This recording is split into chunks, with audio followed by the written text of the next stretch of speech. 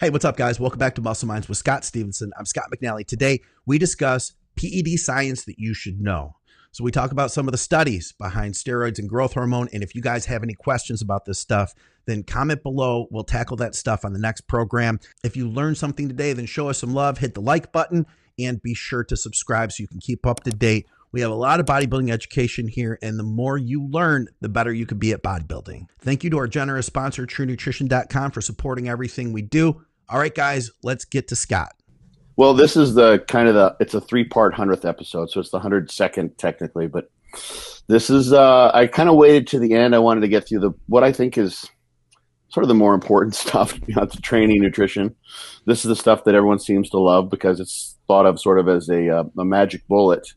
Part of what I'm going to talk about mainly is and there are a couple specific studies that I'm going to go through, and some general information on bodybuilding PEDs, kind of with the idea to at least make people aware of how much variability there is there in terms of responses to drugs in various ways.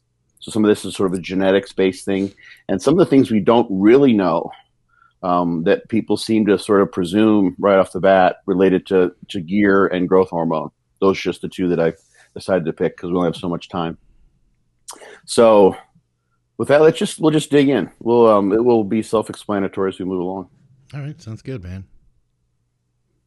We're going to that next slide. Yep, please. All right. Let's see. All right, and then where do you want us? Oh, off to the right. Can we be on top of one another, or does it have to be? It's side by side. Okay, that's okay. That'll be fine for now. So this is the classic, sort of quote unquote classic study. People refer to it all the time, rightfully so, because it's a great study. Shalender Bosden did this study. I believe they're at Wash U at the time. Now, that's how you know it's authentic when the dogs bark. It was done in 1986, so it's 25 years ago now. And they did the type of thing. It's sort of it would be a hard press to rationalize repeating this kind of study, because what they did was gave super physiological levels, amounts of testosterone enanthate in this case, to college-age males who were eugonadal, no prior mental history of psychological disorders or what have you. They screened them pretty well. The values are published in this paper from 1996. If anyone wants these references, no one's ever asked, but if everyone wants them, I can provide them. Okay. This one's pretty easy to find. It pops right up. They got their test levels to about the 3,000 nanograms per deciliter level with the 600. Yeah, so it's pretty high. That's about what you might expect on average. So this is one source where people kind of come up with that sort of rule of thumb as far as what 100 milligrams of testosterone would equal to. So maybe 100 milligrams being about the value of 500 nanograms per deciliter. So you go to 6 times that, and you're at about 6,000 or 3,000. So 6 times 500 is 3,000. So here's what they did. 4 groups, and this was a really well-done study. They did 2 groups that didn't train and 2 groups that did for 10 weeks. And within the non-training group, they had a pure placebo. So they injected them with something that was inert, and then they gave them the 600 milligrams per week. And then the training groups, they had a placebo-trained group that did the actual regular training. So they had the natty training group, and then they had the super supplemented training group. And so what they found, basically, and this is where people will say that you can grow with gear just as well as just training, at least over 10 weeks. What I have there in the middle of the slide are the bar graphs showing the changes in fat-free mass across these 4 groups. So look at the very bottom of that. You'll see the first 2 are the no exercise groups, the leftmost being placebo, and then the next over being testosterone. So if you look up to the top there at fat-free mass, you'll see that, as you would expect, placebo, no exercise, you didn't see a change in fat-free mass. They just didn't do anything. There's no essential intervention other than coming in to get a fake shot. Yeah. But the group that was given testosterone increased their fat-free mass by, I think it was 2.5, actually, I think it was 3.1 or 3.2 kilos over those 10 weeks. No training. So you're telling me 3.2 kilos. That's like over 7 pounds. Okay, yeah. 7 pounds. Roughly they 7 gained pounds. 7 pounds of lean tissue sitting on the couch, doing nothing, taking a shot test. They use underwater weighing with this, so it's not. This was 96, remember? So people weren't using DEXA at that point. Some were, most certainly. They were doing DEXA, for instance, University of Georgia, where I was, because I went to that lab, and we used that actually in a lab that I took in grad school. So in this case, they just use that. So there's some issues there potentially with water. We'll go into the body composition thing.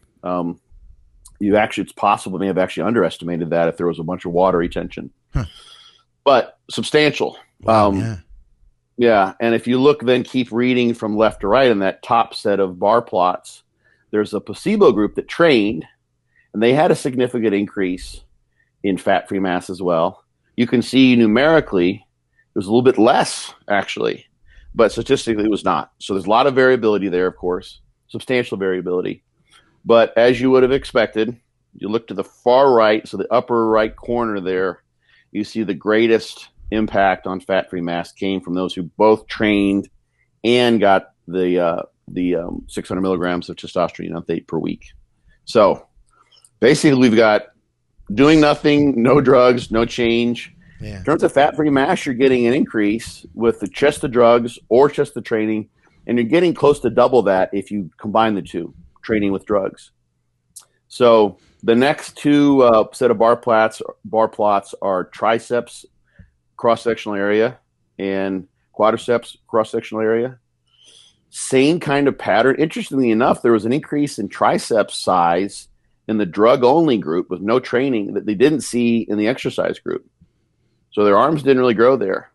And not almost the same increase in tricep size in when they trained and were given the testosterone. So that's a little bit interesting pattern. The pattern you see with quads, with the legs, matches very well what you saw overall with fat-free mass. So training without drugs and drugs only, about the same increase in quad size and about double that if you combine. So we're seeing this sort of pattern. You're getting something with the drugs only, you're getting some of the training only over 10 weeks, and you're getting about double that when you combine the two. The bottom two are strength during a squat and a bench press. Same pattern there. So there actually was a strength gain from chest to gear with no training. Yeah. So here's the interesting thing. They did mood and behavior analysis. Okay. There was no change in mood. None of the things from those psychometric tests, there were no changes brought on by the gear. Nothing was changing across any of the groups. So they weren't getting angry. One aspect of the test that they used was sort of an anger analysis to sort of test out the roid rage component. Yeah. The thing that I don't see mentioned very often, which I think this is sort of let's combine what happens in the trenches with what the research says. What happens, can you imagine what happens if you take a college-age male, these were eugonadals, so they had normal testosterone levels, and you start giving them 600 milligrams of testosterone a week? How are they going to feel? Going to feel horny as shit. Yeah, exactly. That's one thing. As hell. Yeah. Yes, they're going to know what they're on. Yeah. They're going to know what they're on. So, I mean, who knows? Like it's possible some of those, and I don't think they didn't put an ankle bracelet on them an anklet to track them all the time. Make sure they didn't go in the gym. But I wonder, thinking now specifically of those strength gains, if some of that is a placebo effect potentially. Because it would have been pretty clear to them. They know from the weight gain, probably. Mm-hmm. That's a substantial weight gain. There was no change in body fat percentage. I don't know if they had the actual weight, but they had obviously the fat-free mass that they reported. So it's hard to know. The nice thing, of course, no impact on those negative psychometric measurements of anger and general behavior. But they didn't have a sex drive. I don't believe there was a component of sex drive, a libido, in their psychometric analysis either. So that's something to consider. So if you can slide us to the left a smidge so we can see the text there. Mm-hmm. So over the short term, AAS, anabolic androgen steroids, just testosterone in this case, was roughly equivalent to natty training. Basically, it's kind of the bottom line is you're getting about the same in this particular study, in this context with these individuals. So here's the thing. Let's think about like how well can we extend these, and this is an external validity concept. That's true over 10 weeks. What happens if we looked over the next 2 years? If there were no training and the same amount of testosterone, that would be a continuous similar stimulus for muscle growth, which obviously we're getting demonstration of here in this study. But it wouldn't be changing. Would they continue to grow past those 10 weeks? Would they continue to gain strength in that way? You can double your strength in 2 years of training.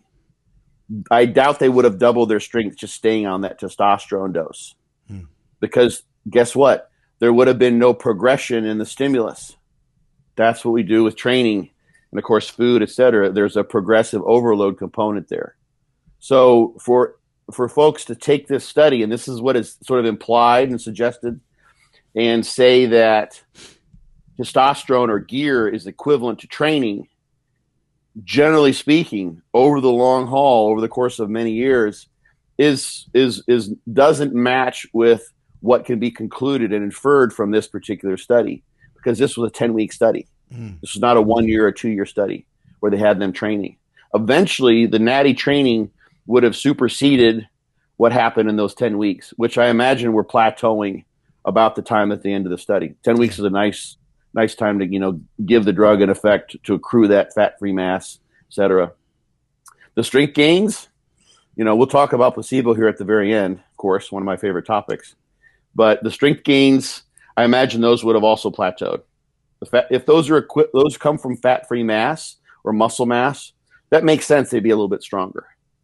But we know, I've talked about this not in this 3-part series, but previously, I've talked about studies that demonstrate specificity of training where they actually have, and this was, folks might remember, this is in the last year, I think, did a study where they trained with the squat and showed I think a 60% increase in squat strength and about a 10% increase in quad cross-sectional area. Mm-hmm.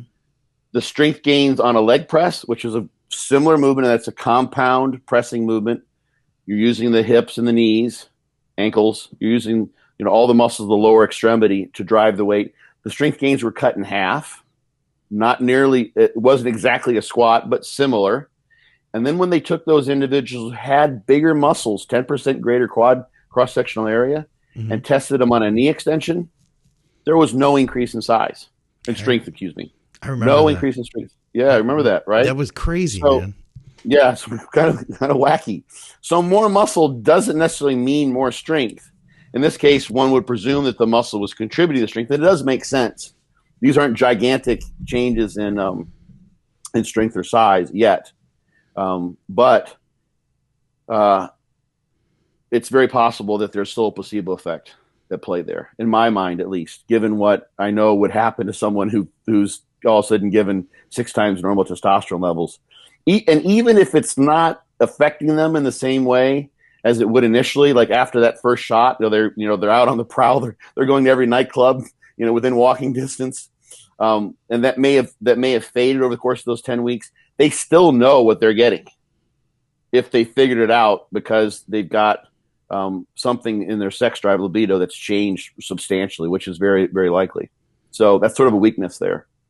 So the obvious take home too here is that the gains from both training and the gear were basically double of what you got from either of those alone. And that makes sense. We know that. That's why people use steroids. Took a while to figure that out. This study was important because the American College of Sports Medicine is notorious, had a notorious review statement, a position stand on anabolic steroids in sport, where they suggested, based on the literature that was available at the time, that there was no impact on strength or muscle mass. That was the basic conclusion, until eventually enough information came forth to demonstrate that. Some of those studies, they weren't well controlled. They're just anecdotal, cross-sectional, that sort of thing. So anyway, we obviously know this is a good study to demonstrate that gear does amplify the gains that you'll get both in muscle mass and strength from weight training. So this is the Boston study. So people people say the gear works alone. Yes, on the short term, it's not a long-term study. So it's very informative, standard classic study, definitely worth knowing. This is the one I figured people would be interested in. So let's hit the next slide here. All right. We're going to dig in a little bit more. So you can put us on the there. Perfect. Excellent. Right. Cool. So you'll see if you go and look online, you'll see the half-life charts for all the gear, right? You can see the lists are everywhere. They're copied and pasted. Rarely will you find a citation or a source for that information, but it's just regurgitated because you can Google it and find it there. Well, here's the thing. Aside from going into each one of those drugs and trying to look at the information sources for that, we do know, and it's been a theme for the things that I talk about here, is that there's tons of variability across individuals. So that's a huge point.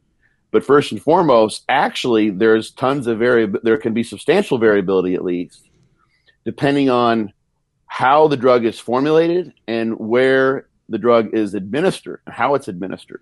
That's right, dude. This I got to tell you, because for guys who have watched or listened to the show for a long time, this is something we talked about maybe a couple years ago now, and this for me was a game changer. This topic right here was a game changer in understanding the way these drugs work. So this one, the Minto et al. Study, which is in the upper left there, was pretty cool. So they used nandrolone esters, the phenylpropionate, so NPP, and then decanoate. And there's there's 4 plots there. There's 100 milligrams per injection each time. So we'll look at the top one is NPP, and that was injected into the glute. In this case, that was a 4 mil injection. So that's not so much. You wouldn't typically find a 25 milligrams per mil. I don't think I've ever seen, heard anyone talking about that kind of an injection, but they did that. Interesting enough, that would have been nice if they had a 1 mil that was also 100 milligrams per mil to compare, but they didn't do that. So we'll kind of the one thing you can see there obviously is still 100 milligrams, but you're getting a much higher peak.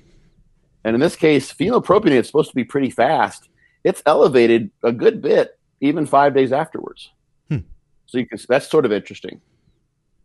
So, this idea of a half-life is something that can be calculated, but the half-life doesn't necessarily tell you how the curve of blood levels looks. In this case, you see it drops down there after about day 4 pretty quickly, but it's pretty elevated for 4 days. Now if you inject... Oh, I'm sorry, go ahead. Oh, it's the phenylpropionate. The top one is the phenylpropionate, but it's basically a 25 milligrams per mil formulation. Yeah, because they gave a 4 mil injection. Okay, because I just wanted to say too, because I know one of the things we had looking at these charts and graphs on the previous episode, since there, a lot of our audience still is audio listeners. I just want to say, looking at that line, I'm seeing like a really sharp peak in that would be in the first day, right, Scott? And it looks like it reaches its peak right when it hits the 1. So that would be 24 hours after the shot. Yep. And then from there, it's a gradual drop off. And then by day 5, it's still there. I mean, it's coming down at like maybe a 45-degree angle, but there still is, it's still there 5 days later. The peak is over twice as high as for the nandrolone decanoate, any of the formulations that they compared. Yeah. Yeah. So it's substantial.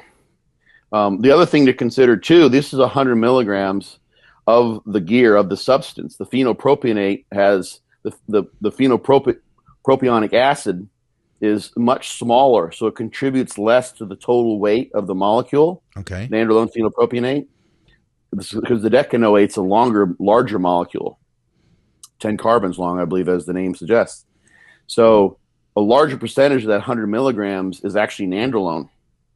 More hormone, less ester weight per one. So your 100 milligrams is going to be a percentage of the ester, whatever that is for each different drug, and then a percentage of the actual drug.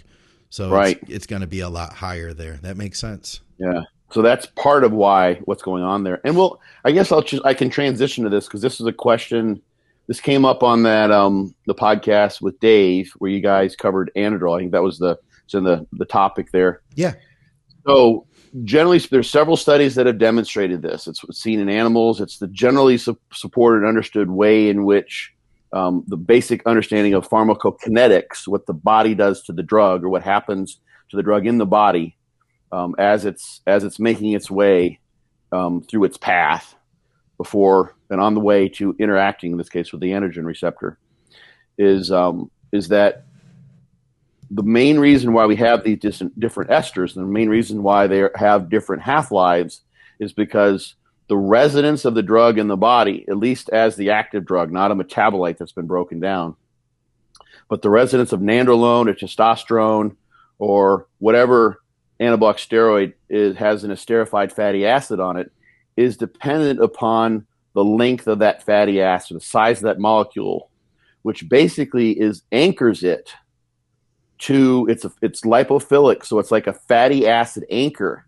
that keeps it in the depot in the carrier oil, which is the next thing we'll talk about in a bit, and also would keep it anchored to any fatty substances that it might come in contact with. So in large part, what you have, if you have a long esterified fatty acid like a decanoate, that is anchoring that nandrolone in this case to the depot, which has been injected for a longer period of time. So it leaves there very, very, very slowly. The phenopropionate or an acetate or a propionate, those are smaller molecules. And so they don't hold as tightly. They're not as lipophilically attracted to the depot site, and they come out much more rapidly. From there are esterases in the blood and in the liver. We'll talk about that. And those cleave that esterified fatty acid, the enanthate, the cypionate, the decanoate, whatever it might be, really relatively rapidly in a matter of hours. So the half-life is dependent upon the length of the ester. Once it gets out into the blood and can interact with an esterase that breaks down the ester, you've got a free hormone molecule that can go about its business. It might be bound up by SHBG, will bind to an androgen receptor, some things we'll talk about in the next slide. But it's the length of that, so it's a very slow process to be released from the depot, and then once it's out, the body can metabolize it with those esterases, and it can go about being 5-alpha reduced if that's possible, or aromatized if that's possible. So that's the basic understanding, and that's why there's so many different esters, because that changes that very major component, the half-life, essentially, of the drug. So here's the interesting thing too. So look at these bottom, and the folks at home can't see these, but what they did was they did several different injections. Let's kind of take a look at two of them. The two that are 1 milliliter injections. So that's 100 milligrams per mil, 1 mil injections. And if you look at the area under the curve, which would be, if the folks can see this, this is the top squares. The top circles are for the glute, and it's so small on my screen. Hopefully, folks can see this better at home. The top circles for the glute show a substantially larger area under the curve. So same injection, 1 mil, 100 milligrams, and you're getting a substantially larger area under the curve in terms of the nandrolone compared to if that same injection were put in the deltoid. So something about the way in which that hormone has residence in the glute muscle versus the delt muscle, which is probably a function of activity of those muscles during the day, changes the half-life. Okay. My guess is most people, and these are with people who aren't training and what have you, training is probably going to change this. Most people are picking things up, they're moving their arms around, their delts are constantly being used. Yeah, you might use your glute. If it's like, if you get a really bad glute shot, it might bother you for a long time. But if you get a bad delt shot, it's bothering you all the time, like constantly. So it hurts. So you're using that one a good bit more. So that nandrolone decanoate in this case is going to leave more rapidly, and then be attacked or connect with those esterases, be broken down. So you're going to have a more rapid metabolism because it's not staying in that depot as long. So that's going to change that area of the curve. So where you put the injection makes a huge difference, a substantial difference here. in the case. And this is even for DECA, which is supposed to be a nice, slow, steady release. So that's one thing that changes how much drug is essentially delivered, that area under the curve, dramatically. And that's just the same drug, same formulation, everything's the same, just changing the muscle makes a big difference. So for people who are concerned with having some problems in some way, shape, or form, or notice differences across their week, if they're rotating injection sites, they could be also rotating the half-life and the area under the curve, and essentially the effectiveness of their drug. Not that it's a bad idea to rotate injection sites. If you put everything in the same spot, you could run into problems too. But variability in the drug's actions is going to come from varying the injection site as well. So that's worth knowing. That's interesting. So, yeah, it is. I think so. The next slide down shows, in this case, they used 1,000 milligrams of testosterone undecanoate, which is a really long acting. You can see the days go out there they're literally in weeks, 7, 14, 21 days. And they use different carrier oils. They use a tea seed oil for one case, and they used castor oil in the other. So the tea seed oil is the upper plot, and you see it's actually about a 50% increase in area under the curve, just because of the carrier oil that's used there. That's going to affect the release pattern from the depot. So if, for instance, imagine someone who's undergoing physician prescribed TRT, and they change from, or someone who's getting their scripted testosterone from a particular clinic that compounds it for them, and they decide, like, well, I'm going to just save myself some money and go with an underground source or another pharmacy, or what, they go across the border to Mexico, whatever it might be. If the carrier oils are changing, that's going to change the effectiveness of the drug. Yeah. The half-lives were different. And here's an interesting one too, because the tea seed oil had about a 50% area under the curve. So that's more action of the drug. But the half-life of the castor oil was 34 days versus 22 days for the tea seed oil. And you've got a lower, for castor oil, you've got a lower overall area under the curve, smaller. And that meant that it changes, it has a smaller peak and changes relatively more to where it's halfway gone, basically, the half-life. So you think, well, that's longer acting. It's like, well, if you look at those two plots, and Scott, you can see this, anyone watching this on YouTube can see this, the tea seed oil has higher blood levels after the first, actually the entire time. Yeah, it does, doesn't it? Until you get out like to the 7-week point. Finally, at the 8-week point, there's a difference. So for the first, essentially the entirety of 2 months, you've got higher blood levels, in this case, of testosterone from the carrier oil that was the tea seed oil versus the castor. Am I right here that so it's the tea seed oil, first of all, that's the one, that's the high one, first of all, right? That's the high one, yep. Okay, so what I'm seeing is it starts out higher than the castor oil, but then somewhere around maybe like day 5, it looks like it rockets up, and blood concentrations get much higher. It really takes off and maintains that through like day 14 before it then kind of comes back down and follows along just slightly higher than the castor oil. And then at the end, it looks like it does drop off a little bit faster too. But that's at 8 weeks. Yeah, the very end. Yeah, and there's still that dotted line there is what's considered a normal eugonadal level. Okay. So like at the 8-week point, they're just dipping down, and they're still higher than where they were at the start. These were hypogonadal men in this study. Huh. But here's the thing, though. The guys who got the tea seed oil are going to have, the area under the curve is 50% greater. So that's basically, all other things being equal, like getting 50% more drug. It's like getting a 1,500 milligram versus a 1,000 milligram shot in terms of the area under the curve. And that would be especially noticeable in those first 2 weeks. when they're, probably at least 21 versus 30.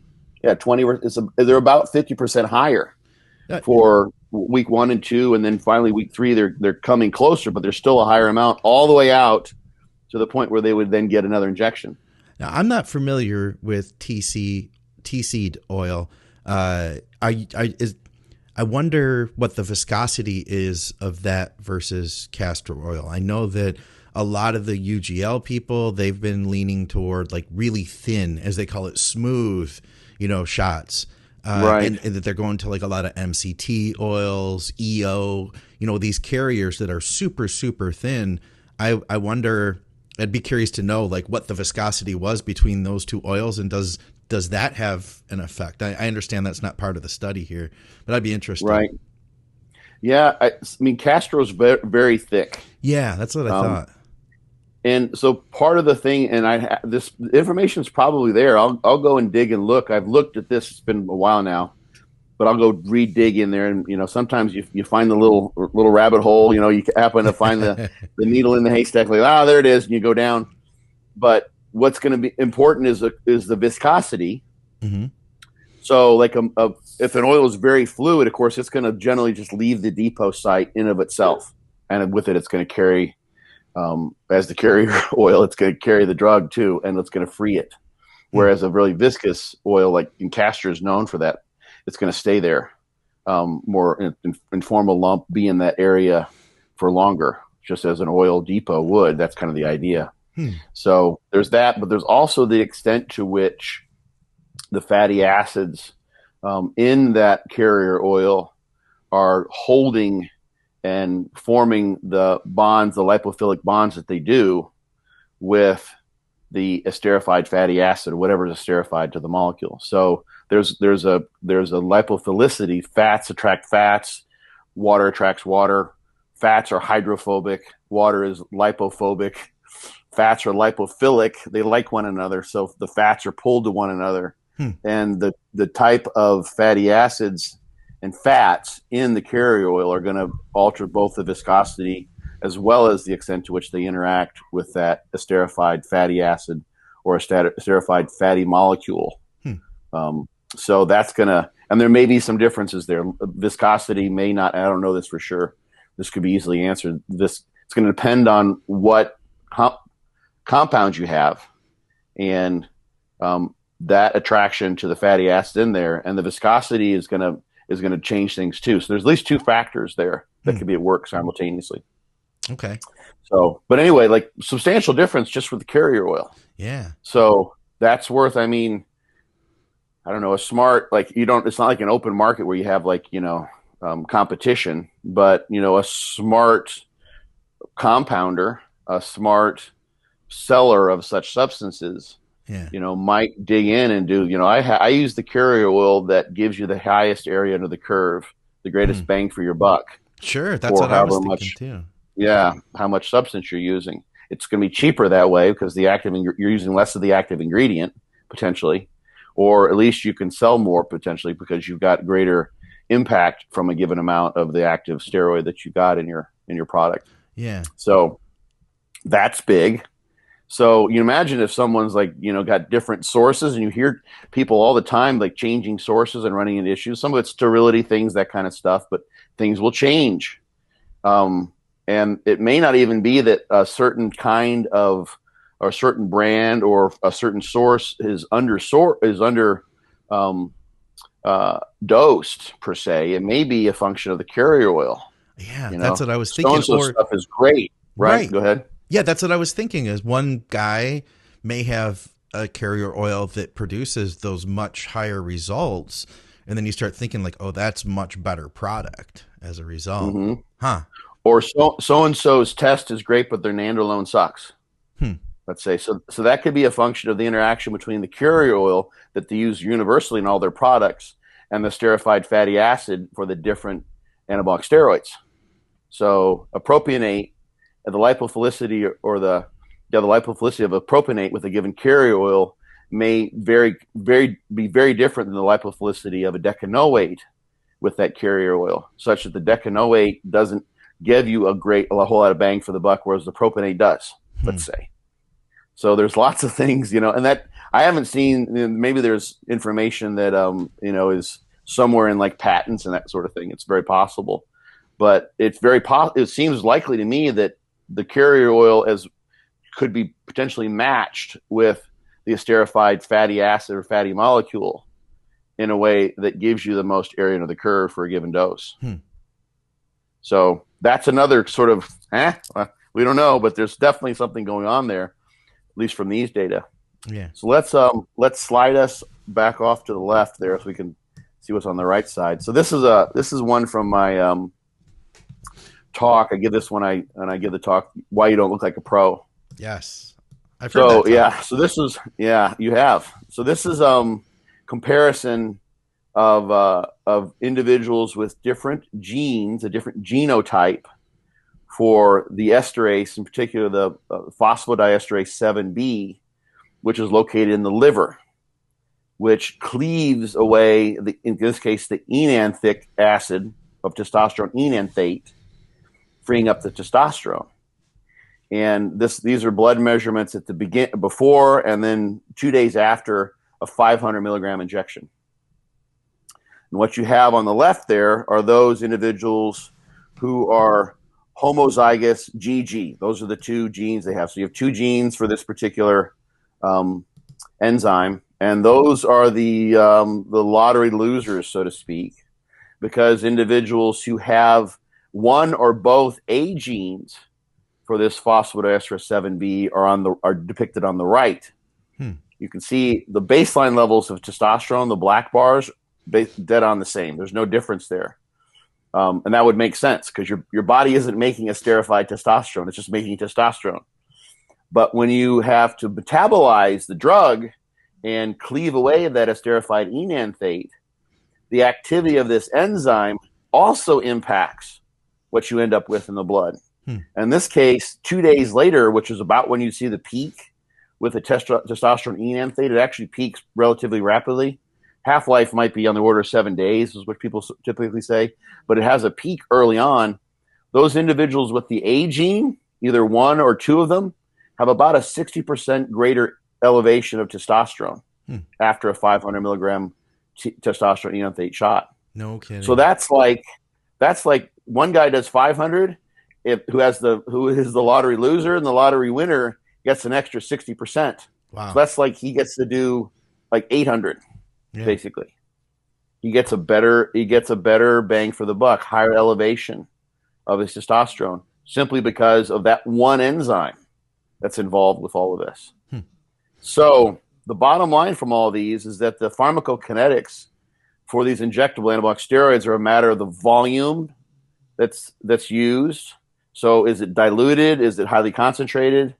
The site of injection, did you put it in your delt, or your quad, or your glute, or your lat, what have you?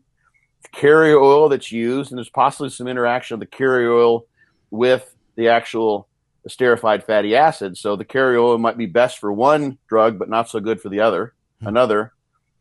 The genetics that you have for the fatty acid removal, this phosphodiesterase 7B, at least in the liver. And then there's all the other things that are involved. So one way in which you remove steroids is to add a glucose moiety to them, a glucuronidation is what it's called. There's variations there genetically. There's variations in SHBG levels, which we know serum hormone binding globulin, those binds up the gear in your system. There's variation in the genetics for aromatase. That's a function of age and body fat as well. A whole bunch of other things. And then the one thing that I haven't really been able to find any data on is that the half-life measurements that you see in the half-life, the studies that are out there that I'm aware of, just take individuals who are essentially naive to steroids. They give them one injection, a singular injection, and they follow the elevations in blood level and do the calculations for the max concentration, the half-life, et cetera, et cetera, et cetera. That's a singular injection. We know that your body adapts to things, right? That's, your body learns, it upregulates the enzymes that are metabolizing xenobiotics, things like drugs, pollens, things that aren't, normally supposed to be in your body that you wouldn't want. that are considered foreigners. The esterases absolutely upregulate in response to various things. So that half-life may change the first versus the fifth, the sixth, the 10th, the 20th injection down the road. Yeah. So that's changing. And the extent to which that changes is probably going to vary across individuals too. So if you think of all of that, it makes you think, well, can we even predict this stuff? Well, to some degree, we know that, decanoate is going to be longer than propionate or acetate. No one's going to really argue that. But how those things change and how much they vary, you versus your buddy, this is not to mention the whole aspect of to what extent does the drug actually have an effect on you. This is just what's going on with the drug as it makes its way en route to the skeletal muscle cells, en route to the androgen receptor. So this is just like the path to the front gate of the city can vary tremendously. So it's worth knowing. So if someone's, making an assumption like, oh, I should be fine, like I'm doing my testosterone, a lot of doctors do this, doing my testosterone once a week, enanthete's got a half-life of 7 days, I should be good to go. And they keep feeling like shit, 5 days after their injection. They could be quote unquote a rapid metabolizer, which can involve a number of the things that I've mentioned there in the slide. So this is worth knowing. Absolutely. So yeah, I think at least. So let's go. Yeah. I'm just going to say, and it explains a lot, as a coach, I work with a lot of guys that are on TRT. So, and over the last decade, I can literally say I've seen hundreds, if not thousands of people that are on TRT, and that their levels they vary so much. One guy that does great with 100 milligrams per week. Another guy that he gets on TRT. I'm thinking of one guy in particular. I'm sure he's watching or listening to this right now, that he's at 300. The doctor's got him at 300, and that's just to keep him at like 500 on his test levels. It's like what his body requires to make that. I love this because we know that stuff. If you've been in bodybuilding, you recognize that everybody is unique, but to have an explanation for it or to see it on paper like this helps a lot. Right. And who does he do his own shots? Are they in his delt or in his glutes? I believe he does glutes. Okay. So, there could be, that's not a bad choice from what we're seeing here. Yeah. But I wonder if he went with a different pharmacy with a different carrier oil. Yeah. That might change something. You never know, Yeah. Number of different things. So we can slide us to the bottom right there. All right. There we go. Cover all that up. So this is a little bit, sorry, this is so messy, but this is sort of an interesting, this is kind of the brain candy slide of the slides here. Okay. So people will look at androgen binding as an indicator, like to what extent is the androgen binding to the androgen receptor? That's kind of like, that's where the magic happens, right? That's the whole point, is to get the androgens to bind to the androgen receptor so you can turn on the genes that lead to larger muscles, essentially. Of course, it's doing things throughout the body and all the tissues that express androgen receptors, which is basically everything. So, but the thing that's interesting about these studies is you have to take a little bit closer look at how they came up, how they, the model that they used to test the different androgen receptor binding. And I've got two studies here. We can leave us there, but the study on the right is with just androgen receptors in humans. And that's where they literally have created a system where they've just got the androgen receptors. There's nothing else in the way. There's just a medium there, and they can test the binding in the way that they do that. Whereas on the left, this is a SARTOC study. It's kind of the classic one that I think a lot of people refer to. I covered up some of the information there. They've got a number of different, they call them competitors. These are all steroid molecules. Mm-hmm. And they've looked at the relative binding to SHBG. And they also had rabbit muscle. I covered that up for the most part. And rat muscle. And rat's kind of like, that's your standard lab animal because it's fairly similar to humans. And it's not far off in this case in terms of the androgen receptor. A man is not a rat. There's truth to that, without a doubt. There's some differences there.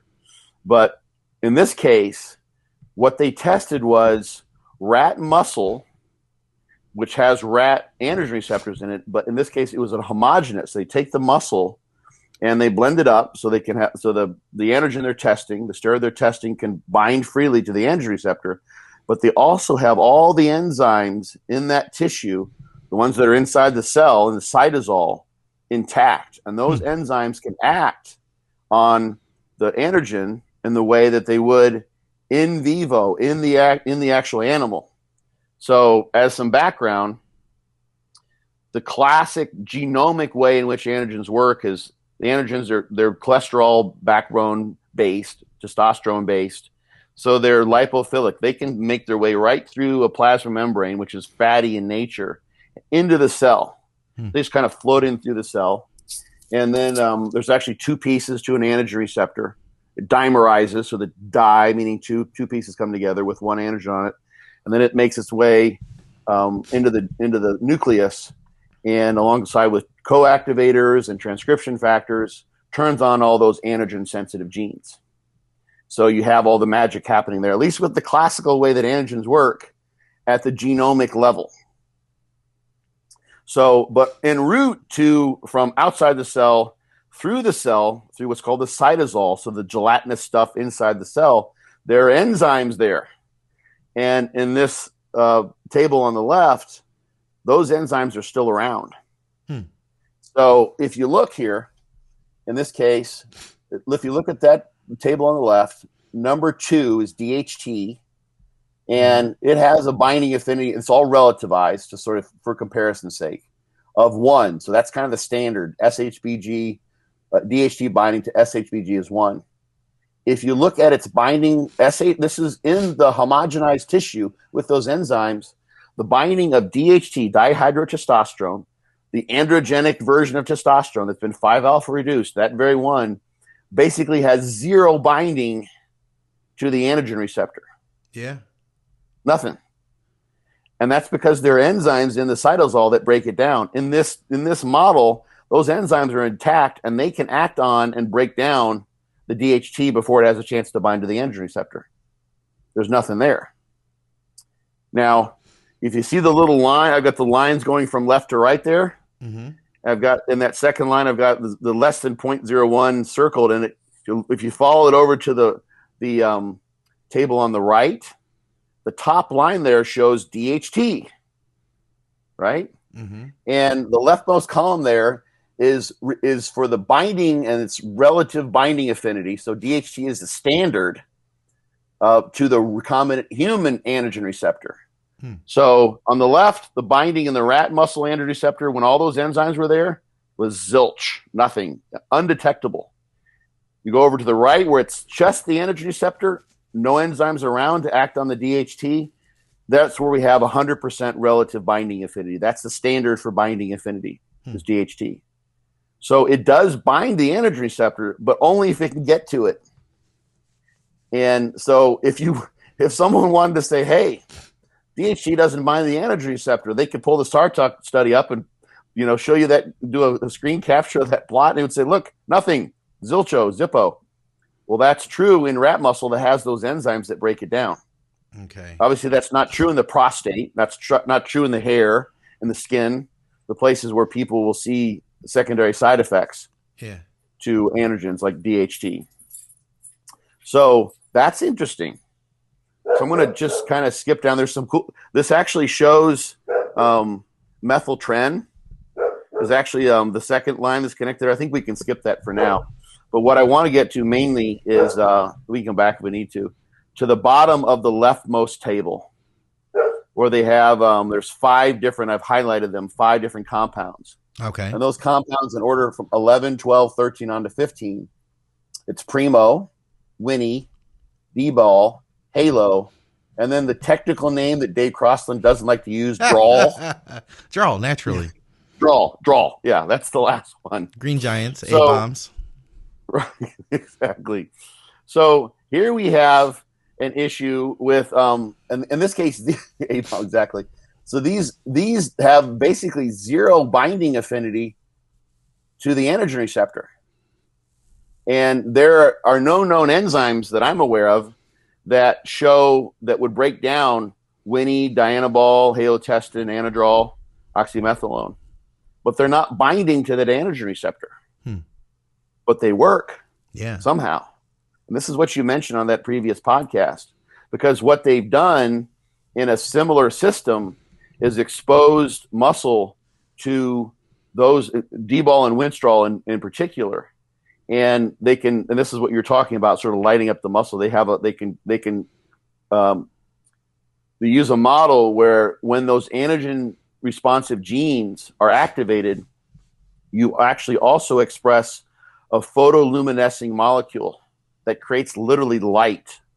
So when the androgen receptor genes are turned on by an antigen like Winstrol or D-bol, you actually literally light up the cell, because you also have those photoluminescing molecules produced, and you can measure the quantity of light, the photons, the brightness of the light, the lumens of light, to get an indicator of the extent to which you've turned on, transactivated the androgen receptor genes. So as we know, no one's going to say D-bol and Winstrol doesn't work. Mm-hmm. They absolutely, utterly, for sure work. They turn on those genes, but they don't seem to do it through the classical androgen receptor. So they certainly work, but it's not the mechanism by which testosterone would work, where it binds the androgen receptor. Yeah, which is very confusing to me.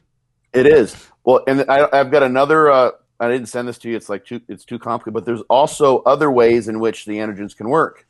One of them is another less referenced, less investigated androgen receptor that isn't that one that makes its way into the nucleus. It's a membrane-bound one.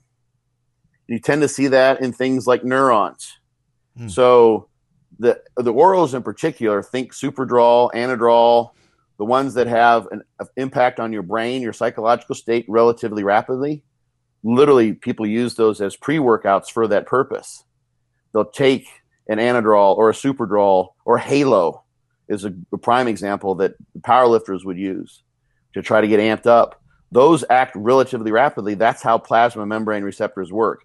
Once that antigen gets to a plasma membrane receptor, boom, it turns on signaling within the cell, and second messengers send out the signal, and you can affect the activity of a neuron in the brain really rapidly in that way. So they're activating an androgen receptor because it's receiving an antigen, so therefore it's technically an androgen receptor. It's just not the classical genomic one that we know so much about. So there's a different mechanism of action there with the orals versus the non-orals. So that's sort of the bottom line there, is that you see binding affinity, and it varies actually. If you look at that plot, 1-alpha methyl DHT is a methylated DHT, and that actually has some binding to the alpha, to the androgen receptor there. A little bit. It's about 1/3 that of testosterone. So that one makes its way in. That's not an oral I don't think people are making and using. You'll see number 5 is 19-nortestosterone. That's nandrolone.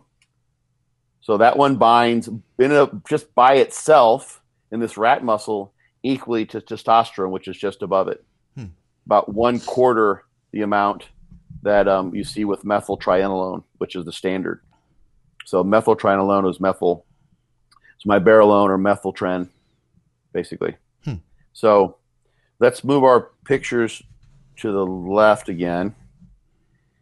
And some of the bottom. So what can we take from this? Kind of complicated stuff, but the binding studies don't necessarily reflect tissue binding studies. So, tissue metabolism, what that should say. So what's actually going on in the tissue due to the activity of these enzymes is going to vary. So the effect of DHT on muscle isn't this dramatic growth process, but the effect of DHT on your prostate or your hairline or 5-alpha reduced molecules, depending on the molecule, is going to depend on the tissue's activity enzymatically. Muscle breaks down DHT. In this case, that's why you see 0 binding there in the rat muscle on the leftmost, the Sartok table. The common orals like Winnie and D-bol, they don't bind to the traditional genomic androgen receptor. So, but they still show transactivation at antigen receptive genes. And this membrane-based G protein androgen receptors. So I'm going to jump one thing. I'll cover another thing in just a second. But the question is, how much do we really know about how these things are working? Like, we don't even know where they're binding necessarily per se. dose responses in terms of binding across the different tissues has not been determined. But what it does seem to suggest that most of the injectables bind to that androgen receptor, the one we all know and love that has the effect genomically on the genes, and the orals don't. So it's a very common thing for people to stack an oral with an injectable. Makes sense from a growth perspective, because you've got different mechanisms that you can couple together, that you can stack on top of one another, as opposed to, add 500 milligrams of test to 500 milligrams of test, use 500 milligrams of test, and then something that acts through another mechanism that's still anabolic, as the orals will tend to be. And that makes more sense because you're making use of the activity of different pathways to produce the same growth anabolic effect in muscle that you're looking for. Yeah. So that makes sense, but we really don't know that much.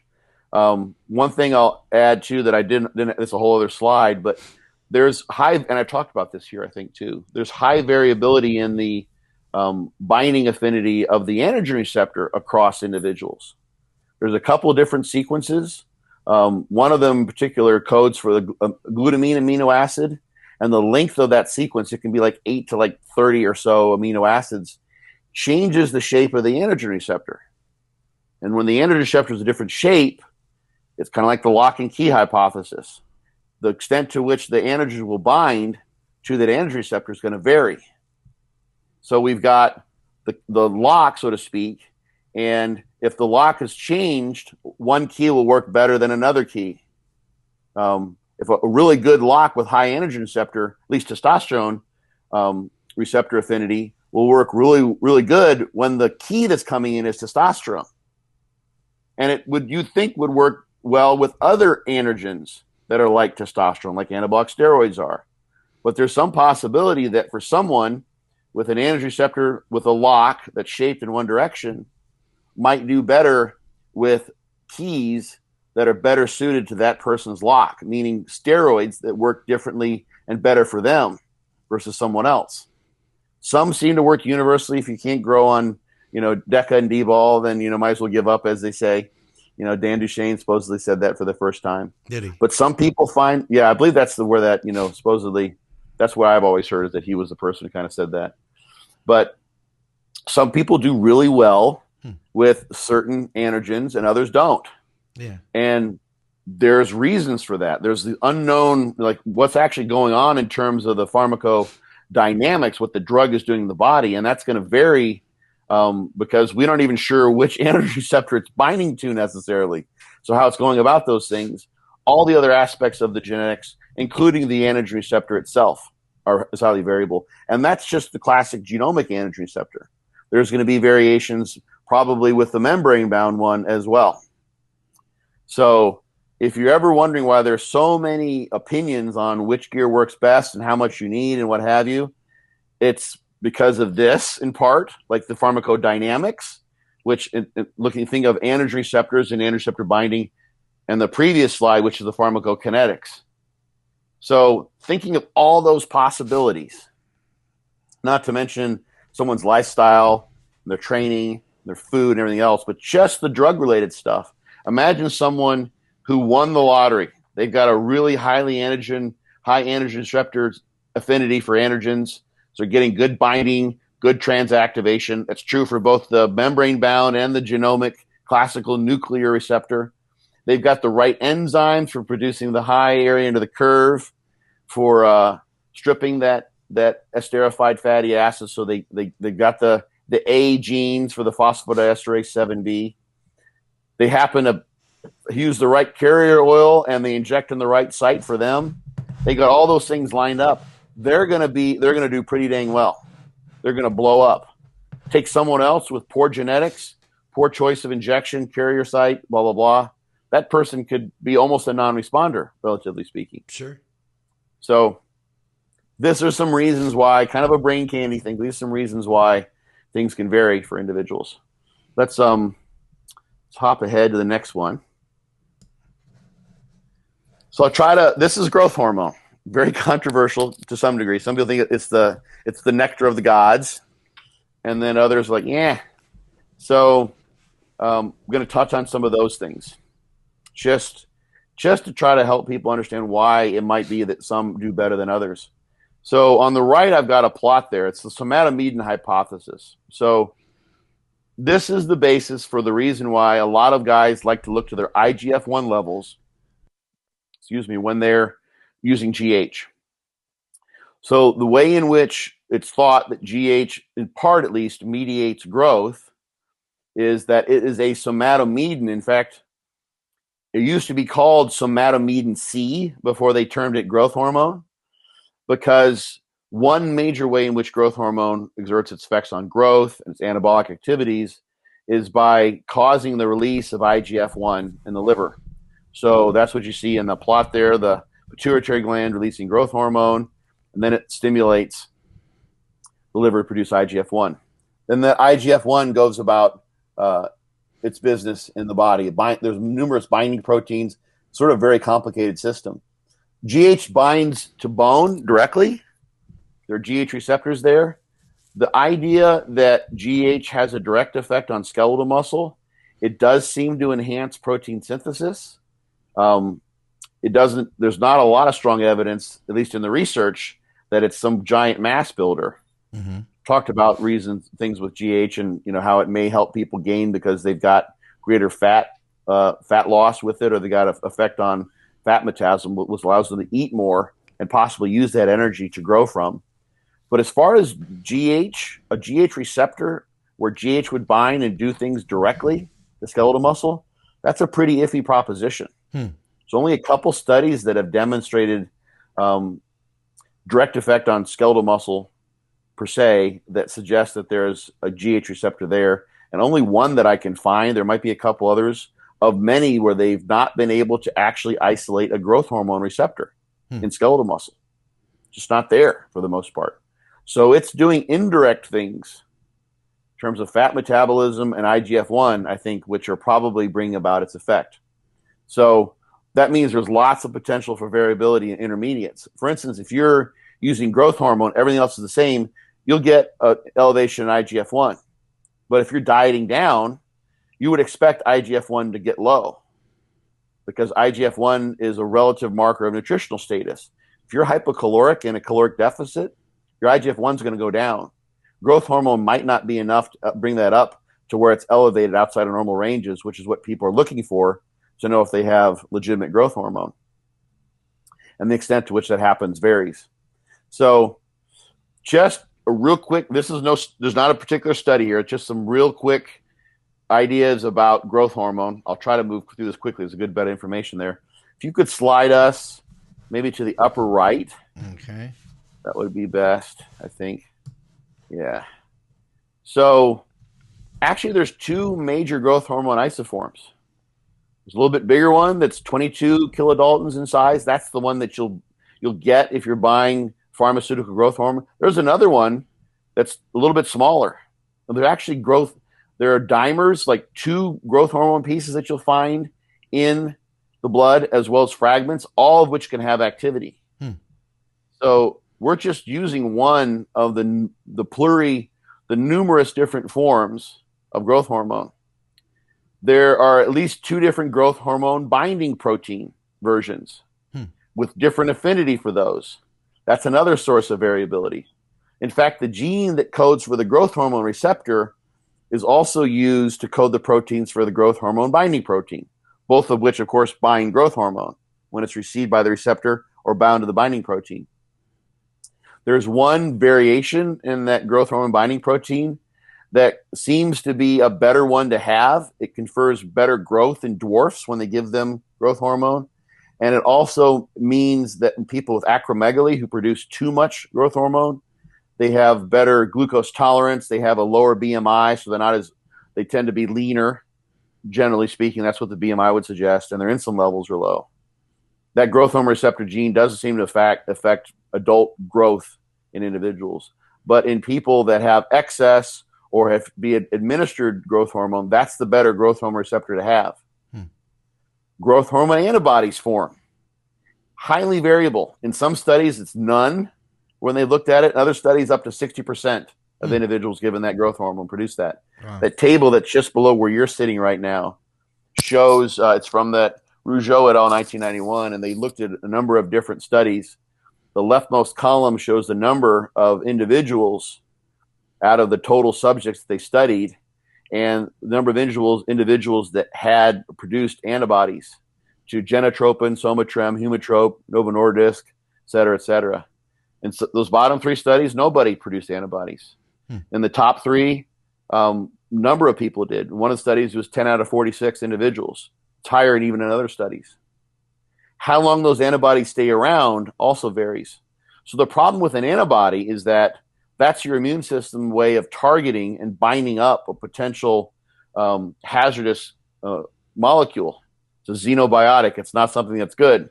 So antibodies would bind to the protein that's growth hormone so it can be targeted by your immune system for destruction, get it out of here. And of course, it doesn't work then. The growth hormone can't bind to its receptor and do its business. So some people produce higher antibodies than others, and that could render their growth hormone useless. So that's a reason why growth hormone, if you're someone with an immune system that is sensitive for whatever reason to the growth hormone that you use, which seems to vary according to the different brands, even the pharmaceutical ones, you're going to negate that growth hormone because you're producing antibodies to it. Your immune system's taking it out of the mix. It's basically undoing the injected growth hormone. So that's not to mention what could happen, of course, with the products. So obviously black market products can be underdosed. That can be a possibility. And the quality can be an issue. So the growth hormone is generally produced with it. They're not pulling this from cadavers anymore. I think that's illegal, actually. Jakob-Creutzfeldt disease was the issue people would get, prion-based disease, from doing that was sort of sneaking into those products. So they use recombinant DNA technology, which is a pretty fragile technology. It has to be, done in somewhat controlled. It's very commonplace now. But if someone's doing this in a factory where they're just banging out as much stuff as they can, you could be producing growth hormone molecules that aren't completely up to snuff. In fact, you could produce what you think is equivalent to the human growth hormone, was off by one amino acid. Let's say you just have a certain percentage that's off by one or two amino acids, or a number of fragments in there. And this is some of the black market people are actually measuring this and reporting in their products, how many broken growth hormone molecules you have. So you can have a poorly constructed, a malconstructed, or incomplete. And guess what happens? You put something that's kind of a fake version of growth hormone, a not real, not matching to your endogenous growth hormone. A good immune system says, that's not what we want. Yeah. And it targets it, produces antibodies.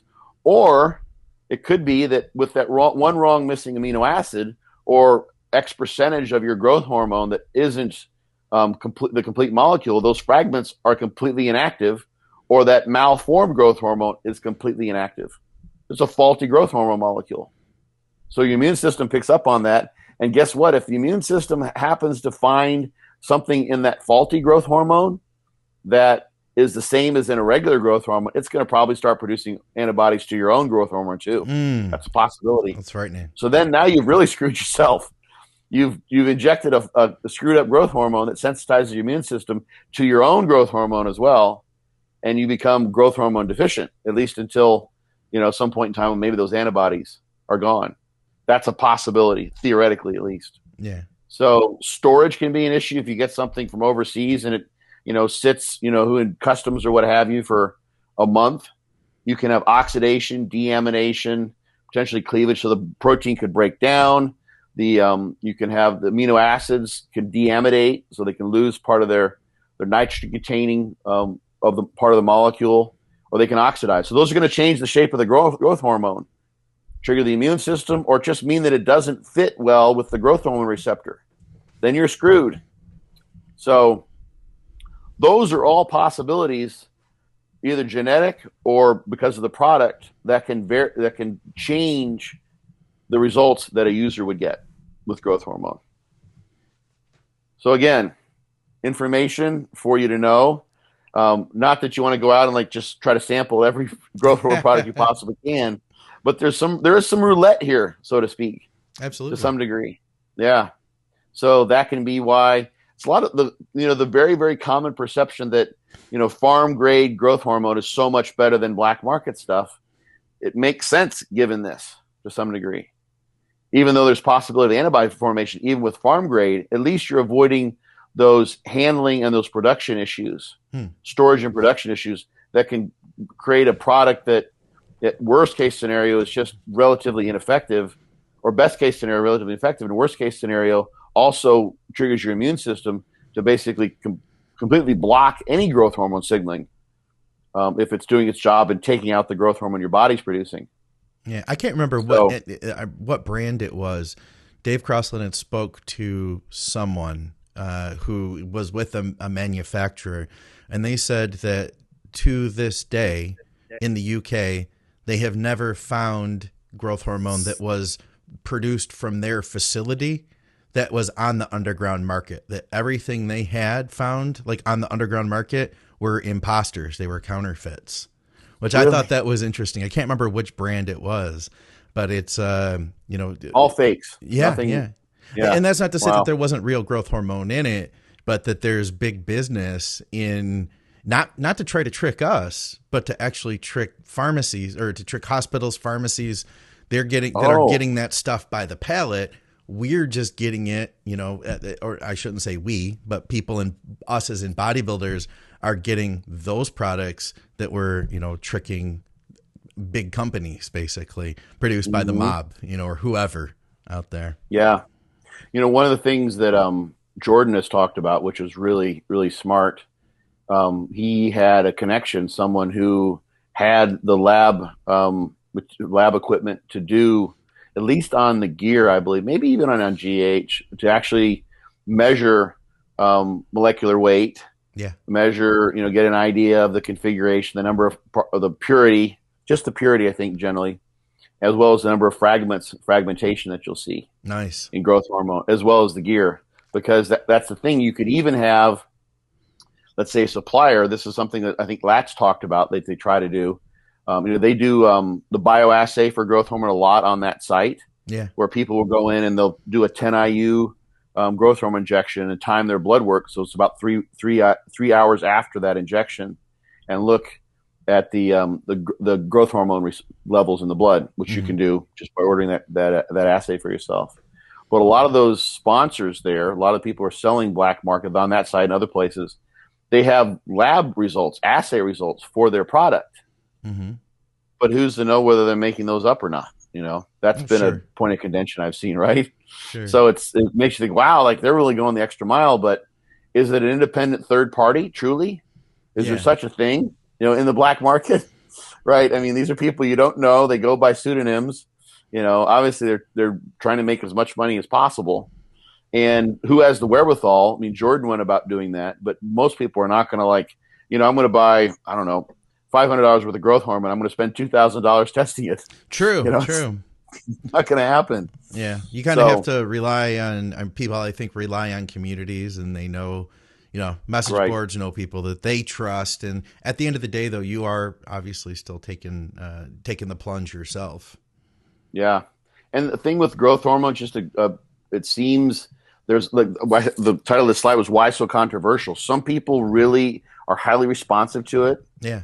They seem to see that magical effect where they just sort of recomp with it, and others not. And it's hard to really know how much of which of all this multitude of factors are at play, whether it's the gear, or whether it's the growth hormone, or it's the person, or something in between. It could be good growth hormone that just spent too long sitting in a hot truck someplace.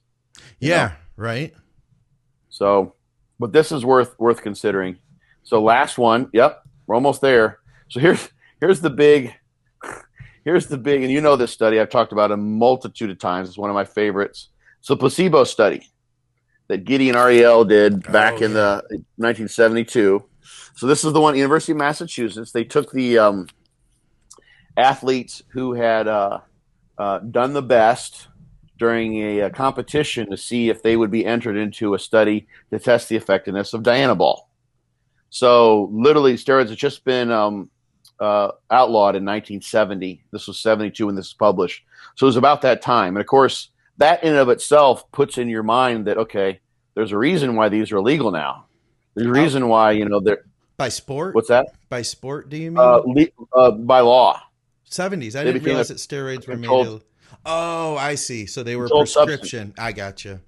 Yeah, they became a controlled substance. Yep. Were they a controlled So, substance or just considered made into pharmaceuticals? Because I thought it was like the 1991 thing was when they made them a controlled substance. Anabolic Steroid Control Act. I Yeah. think I have to go and we'll have to ask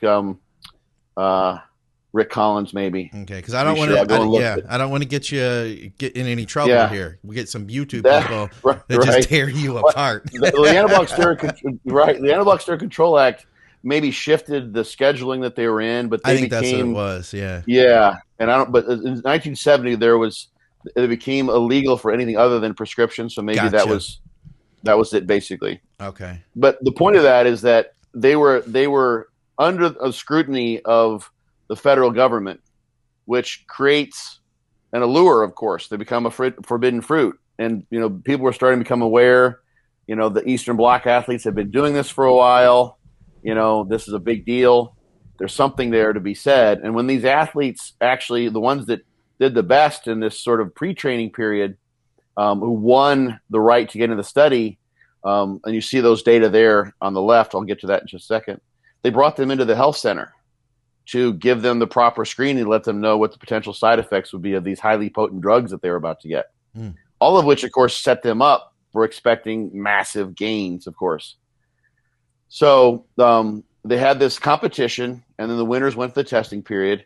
What you see on the left there is this sort of training period, and it's the increase. They didn't put any standard error bars in there, but increase in the total training loads, like 1 rep max loads that they got over that first period, and then the bottom two are for the squat and the bench.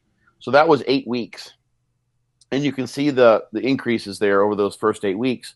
During an off-season period, when you expect that gains are going to come pretty readily, they've just come off their season where they weren't doing much weight training. Now they get back in the gym and trying to make gains. These are the motivated ones. And then they took him to the health center, told him, here comes the goodies, gave him the placebo, no gear at all. And during that period of time, you see the plots on the right, the placebo period, which is what they thought was the drug, and the rate of gains was like 2 to 3 times. Just in 5 weeks, the rate of gains was 2 or 3 times, and there was a 5-week period when they were getting a placebo. That's when you'd expect that their gains would have been tapering off. This is just strength. They weren't measuring body composition here. But if you presume that the strength eventually is going to carry over, the training stimulus is going to carry over to muscle gains, there's obviously applicability here. So this was just because they fully believed that this was the case. If you can slide us off to the left. There we go. Cool. This is my favorite placebo study because they literally, something about thinking that they're on the steroids brought about greater gains substantially. Literally, they made more gains during that 5-week period than the previous 8-week period. So just a little more than half as long. And the rate of gains was 2 to 3 times greater. Yes. You had a question? No. Oh, I thought I heard you about to say something. So the bottom point here is if you think you're on the goods, you might as well have them. You might as well be, right? And there's a large part to that. So this all comes down to the expectancies. I mentioned before, they were told of the side effects of the student at Student Health. They expected the ASS would enhance their performance because of the illegality of them. And real AAS can have effects that also create these expectancies. Think back to the Boson study, where I guessed, that those college students who were given 600 milligrams of test probably thought and could tell that they were on the gear because their sex drive became outrageous. So that creates expectancies, which at least might have carried over to when they went in and did the strength testing. They think they're a little bit superhuman, and they give different efforts because it's affected their brain in some way, shape, or form. There's another study, I don't show the data here, but Imaginaris et al., I think it was part of a thesis study published in 2000. They basically did the same thing with powerlifters and told them they were getting steroids, and they saw the same effect essentially. And then what they did was they revealed the truth to them. By the way, no gear, just kidding. It was fake, sugar pill. And they lost their strength. They literally reverted back, and the effect reversed itself. Yeah. So it dissipated. So once they eliminated that thought that they were on special sauce, the effects of thinking they're on special sauce were gone. So belief is a powerful thing, and here's the thing that's kind of hard to separate. Like, you want to actually believe the stuff. If someone's going to use PEDs, it's to your benefit to believe that you're using them. Yeah. Because just believing that has its own effect in and of itself. That's just the power of your mind. I mean, in this case, I mean, these are placebo-like effect, or these are steroid-like effects from a placebo. And the thing that is worth knowing, of course, is that, one, that's going to potentially blur your ability to tell whether you've got something that's actually working. If you're sure it is, then it will. So obviously you'd rather not spend your money on bunk product, something that's not truly physiologically effective. But gains are gains. You know, if you can trick yourself with a $200 a week or whatever it might be, PED use that produces the gains you're seeking, and it's bunk, well, obviously there's possibility that you're using something that's creating some physiological harm too. It's a different substance or what have you. But that's the bottom line. So that's going to intervene with whether or not you can tell if what you're using is real or not. But the other side of this is that before, and this is probably in fact, this is definitely more important than the messages, is that if you know because of the placebo effect, if the placebo effects are certainly there, and there's some variability here too, there are a certain number of genes that are predictive of placebo effect.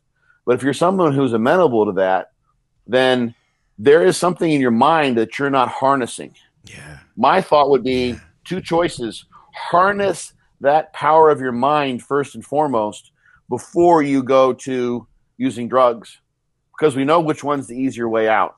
Mm-hmm. We know which one is likely to carry with it the greatest risk of harm. Mm-hmm. That's the drugs. There's a lot there to be had with just dotting every I, crossing every T, believing in yourself, and putting everything into your training, your supplementation, otherwise, nutritional supplementation, your food, not your super supplements, to maximize all those things and see what you can do without the drugs. That's where it's at, really, because just the mind power can be as impactful as drugs, at least in the short term. Yeah. Obviously, you're not going to get the size of Big Ramy, right? More than likely, without some supplementation. But I think what happens is human nature. It makes sense to look for the easiest route to get somewhere. Most people are not going to find the hardest route. It's a more difficult route to go without the gear to try to see what your maximal potential might be. The question is, in my mind, and you know where I stand on this because I harp on this all the time, is that the value of the behavior, the value of the path, the value of the journey, it comes in what you've overcome and learned in doing so. Yeah. Not necessarily where you end up. So absolutely. I would much rather be the guy who struggled tooth and nail to put on 15 pounds of muscle over the course of 5 years and know I earned every single bit of that, than be someone who put on 25 pounds of muscle and I trained lackadaisically and I, ate kind of whatever, blah, blah, blah. There's nothing redeeming and valuable in that. That's not a challenge overcome. That's just knowing that if you give pharmaceuticals to your body, you happen to be someone who responds quite well to them. Yeah. But, you may actually also be someone who really, really likes strawberry ice cream as opposed to chocolate ice cream. That's just, your proclivity. That's your tendency to like that kind of, that doesn't mean all that much, except maybe you want to eat more strawberry ice cream. Yeah. So just because you grow well from drugs, for your soul, what's the important route to go? For Instagram likes, for, picking up chicks maybe, or thinking that you got a better chance. A lot of them don't really care about that. Some do, of course. The drugs are going to be the faster ticket. But for you as a person, which is the better route? And I think maximizing everything, and if PEDs is something you choose to do because you're part of fully actualizing your capacity as a human on this planet, then I'm no one to say, but there's a lot that can be done, and this is what this last slide's about, without the gear. And just believing that just having the belief that the gear brings to people, the placebo effect in this case, is one of the most powerful tools that are available to people. And I think we just don't realize that because this placebo effect thing is sort of a nebulous type of deal, but it's all a matter of expecting something to happen. Yeah. And if you believe something, then you expect it to happen. That's what expectancy is. If you believe you're going to get to 200 pounds, 220 pounds, you're going to bench 315, whatever it might be. If you really, truly believe that, it's going to happen more than likely, barring some unforeseen accident or some bizarre circumstance. So belief is a trump card that I think a lot of people may not be able to apply or don't realize that they have available, but it's in your hand. It's there. If you believe it, you can make a hell of a lot happen that you may not be aware of. So that's my main thought on the whole PED thing, is that, that's a last trump card. Yeah. And the more important one is the one that doesn't cause you harm for sure. That's just believing in yourself. I like what that. you can possibly do. I think that's a great message. Yeah, I hope so. All right. So we had, was that a closing slide there? That's it. Yep. So don't miss parts 1 and 2, like we did training and nutrition. Yes. Yeah. Before this. So this is the third whammy in the 3-part series to celebrate 100 episodes, 101st, 102nd episodes together. This was a good one, I hope. My brain is any more information, and we do have our Patreon question, but my brain I could feel is so saturated right now. Even if I were to use insulin, I couldn't get any more knowledge inside. I'm at like full saturation point.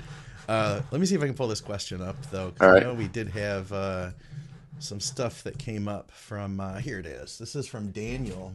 Now I'm not sure where Daniel is from, but he says to forgive him that English is not his native tongue.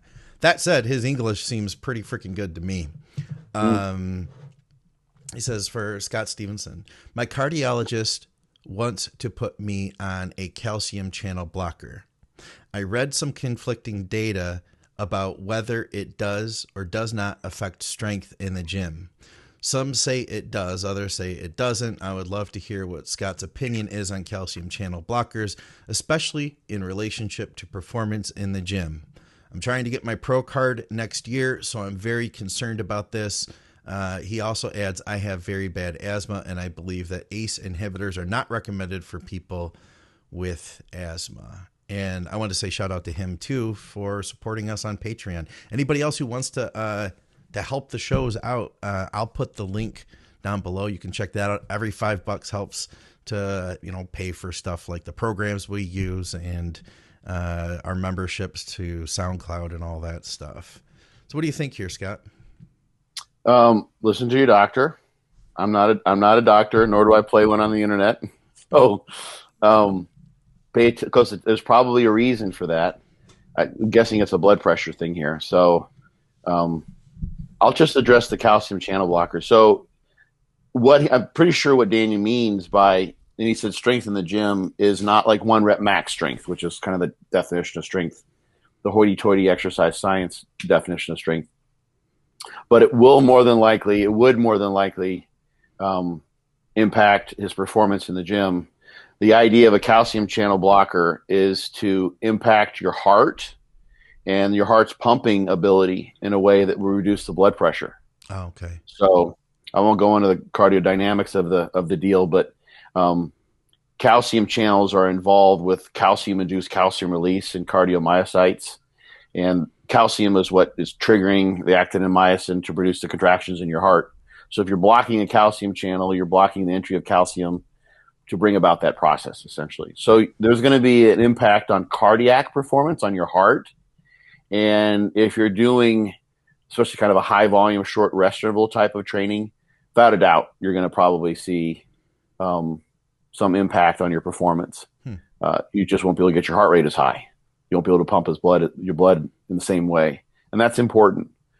If for nothing more, if it's not, let's say your sets are not particularly long or with short rest intervals, you're going to have a change perception of your effort relative to what your heart's doing. So blood flow is important. You need blood flow to move metabolites out of the muscle cell for recovery purposes. And the heart is limiting in terms of blood flow through the entire body. You can produce a lot more blood flow in a given muscle than your heart can support if you were trying to do that in all the muscles of the body. So your heart's limited. So now you're taking the sort of the limiting factor for blood flow and reducing its capacity with the purpose, I think, of controlling his hypertension. But it's going to probably have some impact there. Now, there are people that train just fine with that. You know, Sure. I don't think, I don't imagine, to be honest,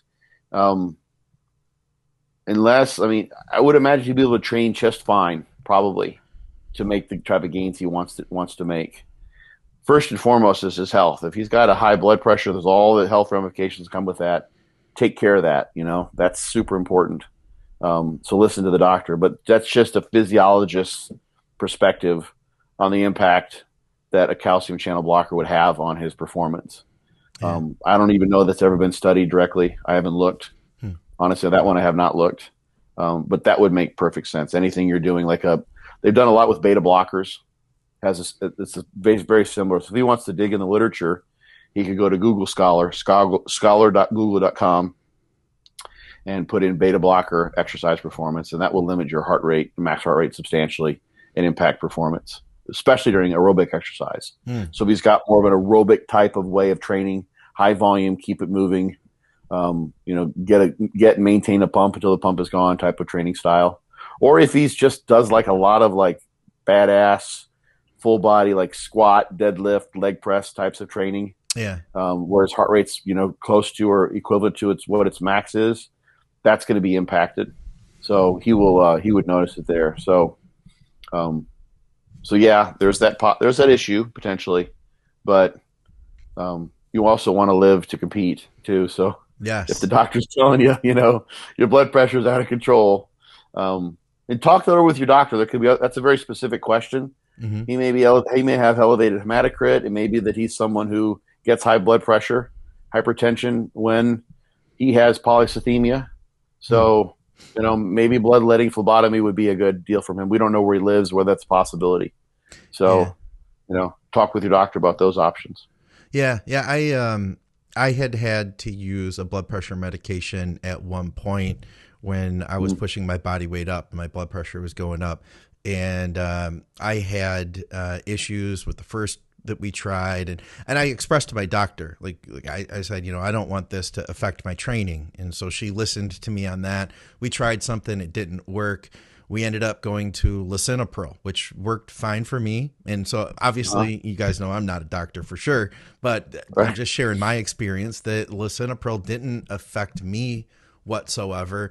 And I think there's a dosage factor in there too. I did use a low dose of a beta blocker at one point.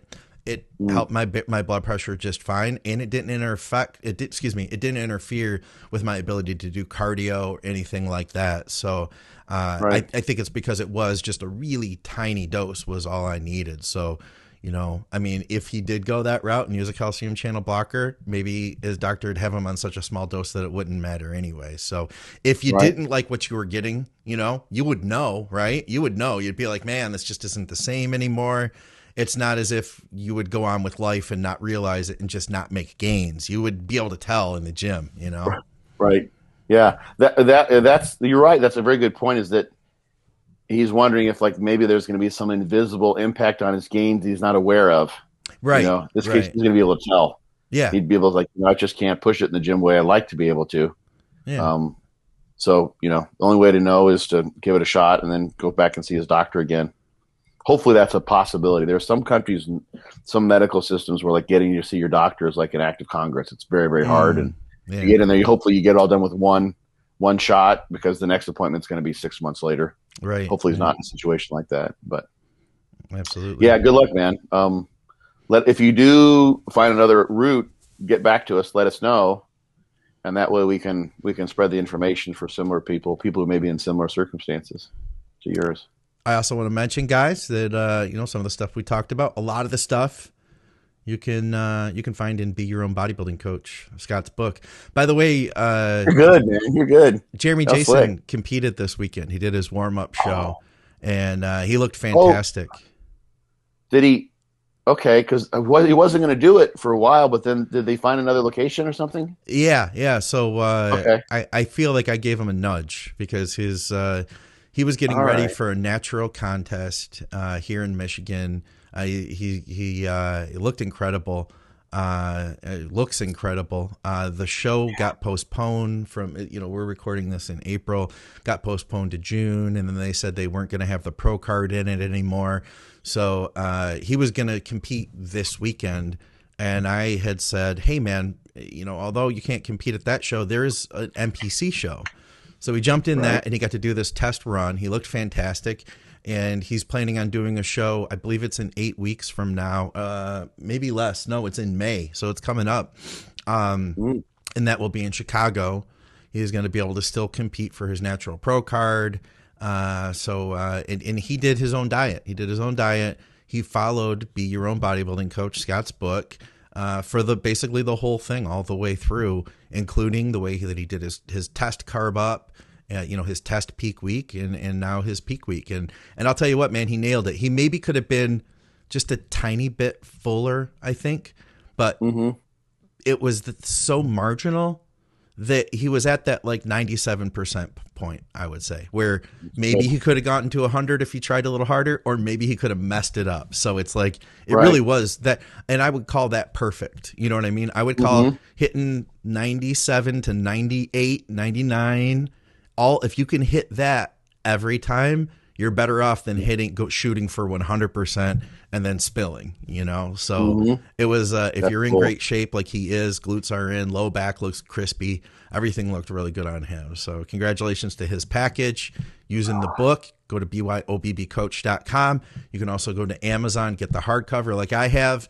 And of course, check out our sponsor, truenutrition.com. Use our code ADVICES. Get a nifty shaker cup like I have, use their stuff, and you can support the programming that way, as well as Patreon. And, of course, check out Scott's training plan, fortitudetraining.net. Scott, happy 102nd episode, man. Yeah, this was fun. I'm glad people are digging these. Me too. We can do maybe shortened. It takes a lot to put all this together. It takes a lot to listen, honestly. Like it. I honestly, man, like 3/4 of the way through, my brain was like, I don't know if I can handle anymore. So maybe shorter versions would be good. I could digest it all, cool. Yeah. My brain like just eats this shit up, and I go all day on with this crap. But that's because I've been doing it for so long. I developed a tolerance. But if you have any questions, maybe next time we can even do the next. We have some questions I think you compiled. But if people have any questions on these first three, because we haven't done any post show Q&A really at all. Except for a question here and there, we can do that, and I can, we can pull up the slides or whatever to help clarify any things people were confused by. I love that idea. So, guys, basically that said, comment with your questions, and we will tackle them. For another episode of Muscle Minds with Scott Stevenson, I'm Scott McNally. We'll see you soon. Thanks, Scott. Adios.